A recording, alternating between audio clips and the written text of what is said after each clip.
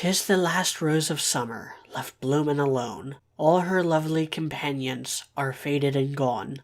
No flower of her kindred, no rosebud is nigh, to reflect back her blushes, or give sigh for sigh. I'll not leave thee, thou lone one, to pine on the stem. Since the lovely are sleeping, go sleep thou with them. Thus kindly I scatter thy leaves o'er the bed, where thy mates of the garden lie scentless and dead. So soon may I follow, when friendships decay, and from love's shining circle the gems drop away. When true hearts lie withered, and fond ones are flown, oh, who would inhabit this bleak world alone?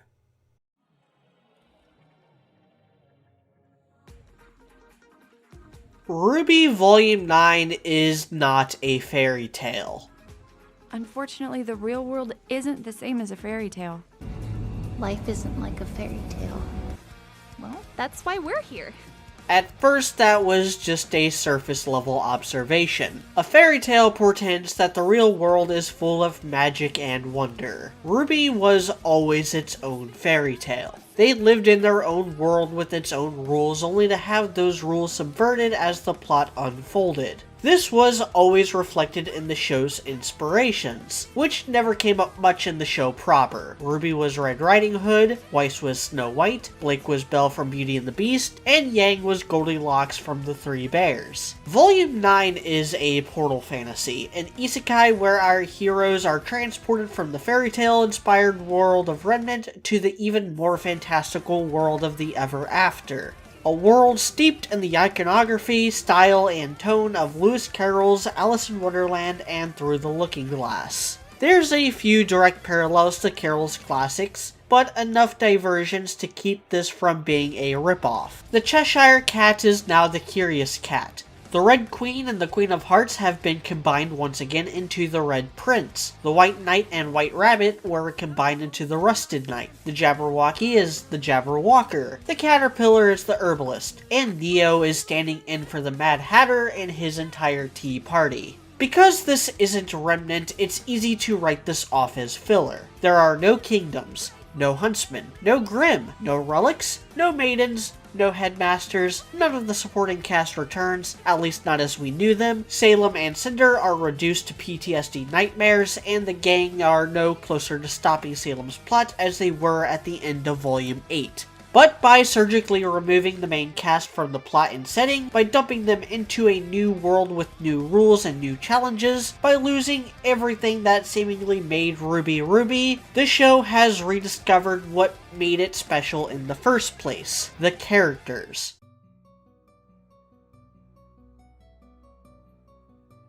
RWBY has always had strong characterization. The characters aren't always fleshed out or defined, but their personalities have been strong and the animators have always put an emphasis on their body languages. Their backstories are relatable. They had great designs, though Blake in particular has had a few downgrades since the start of the series. The point I'm trying to make is that these characters aren't defined by their setting or experiences. They are defined by more superficial things, and those superficial things make them more adaptable. The Ever After is able to challenge Team RWBY in ways they've never been challenged before, and those challenges break the characters back down into their essential elements and show what made them endearing in the first place, while also highlighting their shortcomings. Nowhere is this better than in RWBY herself, who is sensational throughout this entire volume, and Lindsay Jones turns in the best performance of her career to bring these scenes to life. Gotta stay positive, right? Smiles all around! She has always been defined by her mother. The first thing we ever saw in the show was Summer Rose's memorial. The epitaph, "Thus kindly I scatter," a reference to a poem by Thomas More about a flower that has to continue living after all its fellow flowers have wilted and withered. RWBY was given a lot of responsibility at an early age. She was made team leader despite being 2 years younger than her teammates. She wore the burden like a badge, never wanting to let her teammates down. She inspired people. It was a little strange at first because you were younger, but I've always looked up to you, RWBY. She gave them courage. You didn't drag us along. You gave us the courage to follow you. She gave them hope. If RWBY sticks around, then I will too. She gave them peace. and then she failed. I promised to serve Atlas as a huntress. That I'd keep people safe. The fallout of Volume 8 is not her fault. She did everything she could. Her plan worked. She saved Penny, kept her from getting hacked by Wasp, gave her a new body capable of wielding the power of the Winter Maiden. The evacuation plan worked. The portals worked. Ironwood's original plan to use Amity Coliseum, a plan RWBY wholeheartedly believed in, worked. The only thing that didn't was the fight itself. Team RWBY simply were not ready for Cinder. She was out of their league, and no amount of training they could have done would prevent that. Sometimes, the world doesn't wait for you to be ready. And we may never be ready. They already proved themselves capable huntsmen in Volume 5, escorted the Relic in Volume 6, defeated the best team in Atlas in Volume 7, but merely being the best wasn't good enough. Mom was the best. But even she failed. This is the core of the dilemma RWBY faces. She idolized her mom. Her mom was the best huntress of her generation, and even she lost. I guess it's like they say. Like mother, like daughter. Your mother said those words to me. There is no beating Salem. No amount of military might or godly power can kill that which can't be killed. She has been confronted with that fact over and over again ever since Volume 6, and it has only gotten worse. She tries following in her mother's footsteps, but she doesn't understand why her mom had to die. Her sister had to raise her, and she had to be alone. Her only hopes for guidance are long gone. Ozpin proved untrustworthy. Maria floated away in Amity Coliseum, and Crow was left behind as Atlas fell. Then she had to be the one to guide her team out of a world they didn't fully understand. Stupid tree! And over the course of the volume, she is pushed further towards her breaking point, barely able to get a word in. The only one who even tries checking up on her is Yang, who is interrupted at every single point. Ruby? Are you okay? She's broken and miserable, convinced she will never be good enough, sliding further and further into her depression with no way out. Weiss's impatience. Alex went to the tree, right? Let's go. No time, right? Gotta get home. Gotta help Jean. We hatched a crazy plan that put a whole kingdom at risk, and we don't even know if we saved the relics from... Gotta find someone who isn't just going to screw everything up. Blake's trust. Don't worry. It'll work. Gotta stay positive, right? Smiles all around. Yang's happiness. I think I love you. I love you too. Good for you. By the way, we're all so happy for you. And Jean's fractured mental state This isn't crazy. I'm not crazy. only add to her burden. You're a leader now, Jean. You're not allowed to be a failure.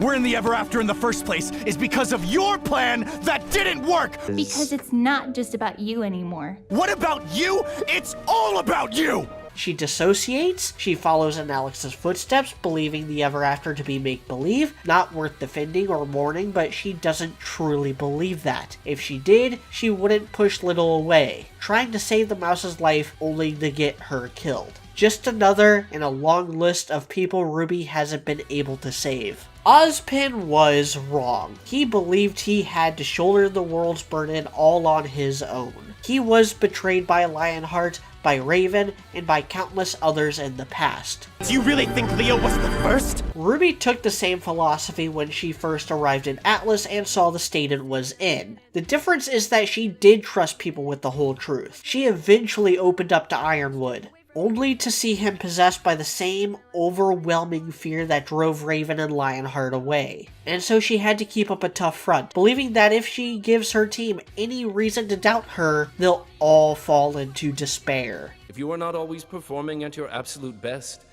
then what reason do you give others to follow you? We said we'd follow your lead, but things haven't exactly worked out. That's a hefty burden for a teenager of indeterminate age. But that's because she never felt the need to confide in her team before. In every other volume, she confided in everyone but her team. She confided in Ozpin, Ironwood, Crow, Maria, and Jean at various points. But just as she shut her team out, they assumed that she must have been fine.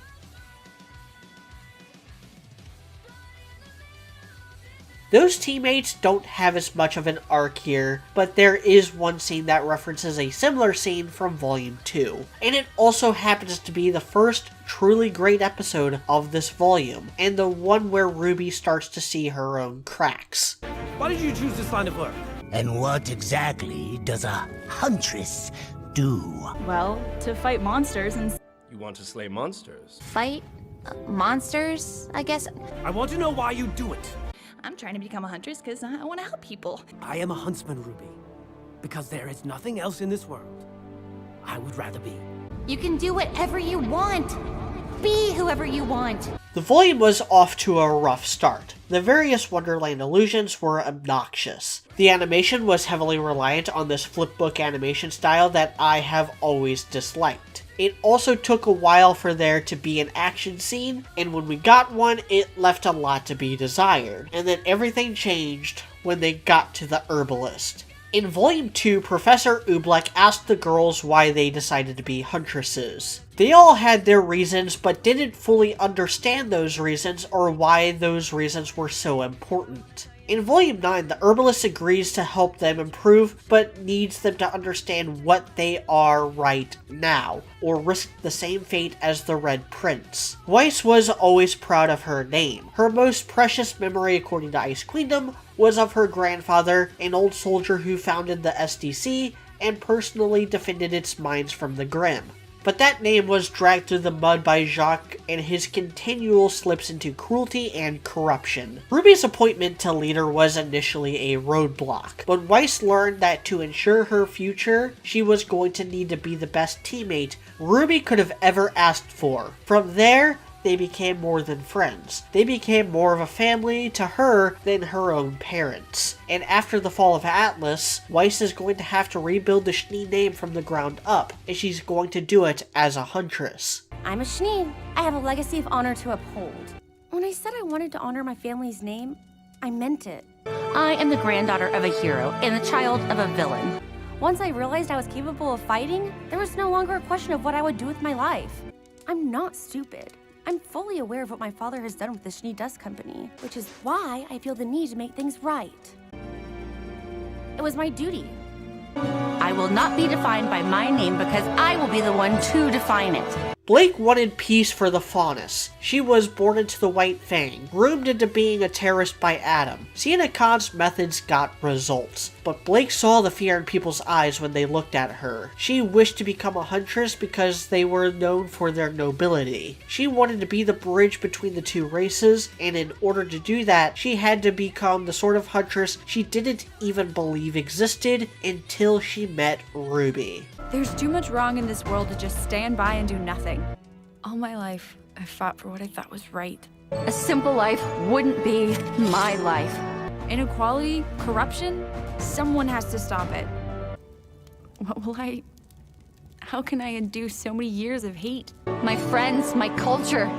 I belong to them just as much as they belong to me. Yang wanted freedom. She wanted to get wrapped up in a world of adventure. Much of her childhood was spent taking care of Ruby, and in Volume 1 she even initially tried pushing Ruby away. But they ended up on the same team, and Yang was content until she lost her arm. She lost more than that at Beacon. She was left alone. Her mom had abandoned her. Summer had abandoned her. Blake had abandoned her. Even Ruby had abandoned her. But unlike Adam, she didn't let that abandonment stop her. She accepted Summer's death, gave up on Raven, reunited with her sister and team, and eventually forgave Blake. But only after Blake stopped treating her like someone who was in need of protection. I'm a thrill seeker. I want to travel around the world and get wrapped up in as many crazy adventures as I can. But how long can I really do that for? My losses, my failures, showed me how I need to grow. And if I help people along the way, then that's even better. It's a win-win, you know? I want a life where I won't know what tomorrow will bring, and that'll be a good thing. If there's something I'm missing, it's not because I've lost it. It's because I haven't found it yet.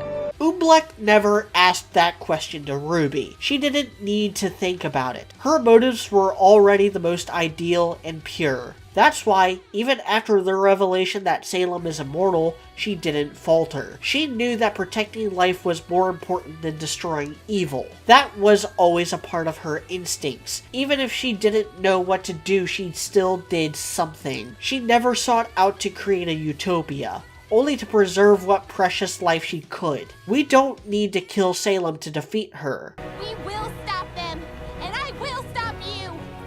Bet on that! We don't have to kill you to stop you. And we will stop you. But Summer Rose said those same words, as have countless other huntsmen. Your mother said those words to me. You want to be a hero? Then play the part and die like every other huntsman in history! And because this perseverance was all part of her instincts, she was unequipped for what happened next. Hey, did Oobleck ask you why you wanted to be a huntress? Helping people and saving the day, and never asking for anything else in return. They always saved the day, didn't they? Always knew what to do. Because I'm just supposed to have something to say? Because I don't.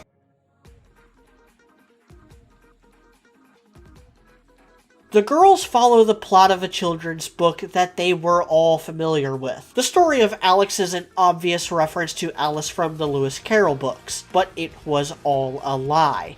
Alex did not write the book. She didn't even escape the ever after. Her brother Louis did. The rusted knight from the story is revealed to be a time displaced Jean, and he believes Alex sacrificed her own brother to escape. Jean spent decades in the ever after, mentally deteriorating, but his heart never broke. He kept the cat at bay, kept the Jabberwocker at bay, resisted the tree's influence, and clung to the hope that he would be reunited with Team RWBY and escape. In the meantime, he took to protecting the paper pleasers. He could finally be the hero he always wanted to be, even if it meant keeping the paper pleasers from engaging in the ever-after cycle of reincarnation. This is when RWBY broke down, finally snapping after she left another city in ruin.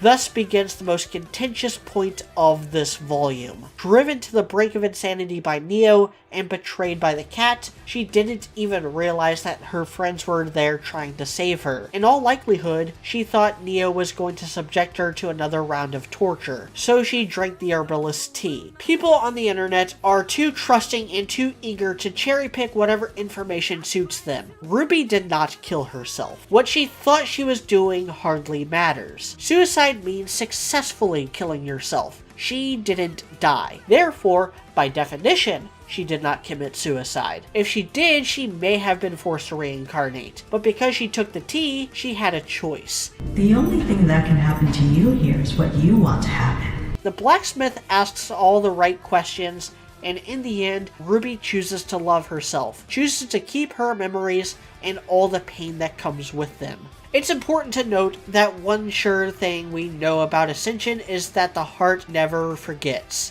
The Red Prince began breaking down when he found out they were from Remnant. Little since it becomes the heroic guide somewhat. In both cases, they have lost their memory, but know in their hearts that this was all familiar. RWBY has the heart of a warrior. Every single option she had for reincarnation included a weapon. Suicide is never a solution. It is a permanent end to a temporary problem. RWBY becoming someone else, experiencing ego death and ascending would not have changed the world. It would have only wiped her memories, assured that she had to relearn everything all over again. It wouldn't prevent Salem from destroying the world. No matter how good RWBY becomes, no matter who she tries to be, she still wouldn't be able to kill Salem. Is that the big lesson I'm supposed to learn? Just give up? Is that what I'm telling you? But by choosing herself, by loving herself and her team, by accepting all the heartache and pain and moving forward, maybe she can thwart Salem's plans and make the world a better place. Maybe she can show the world that they can stand against Salem despite the overwhelming odds. Maybe she can show them how to endure heartache and pain and help them accept that their feelings of grief are valid. Maybe she can create a world that Salem can't divide. One small kindness led to such a marvelous transformation. It's wishful thinking, but that's also the kind of person she is, and no amount of tree leaves is going to stop that. RWBY Volume 9 may not be a fairy tale. It may be the darkest volume to date. It may tackle heavy themes, but at the end of darkness and depression, there is hope. So long as you draw breath, there is hope. So long as there are people willing to fight, there is hope. Even in the face of overwhelming odds, there is hope. And isn't that quite a bit better than a fairy tale? Thank you all for watching this video. I had a lot of thoughts on Volume 9. I feel like my love for this series has really been rekindled by this volume. If you ask me what my favorite volume is, I might say that this is the best written, but I still prefer Volume 6 because that volume is what I think RWBY should have always been and should continue to be. I might revisit some topics of Volume 9 at a later date. Until then, let me know what you thought of RWBY Volume 9 in the comments below. I'm Mediocrity4. Thanks for watching.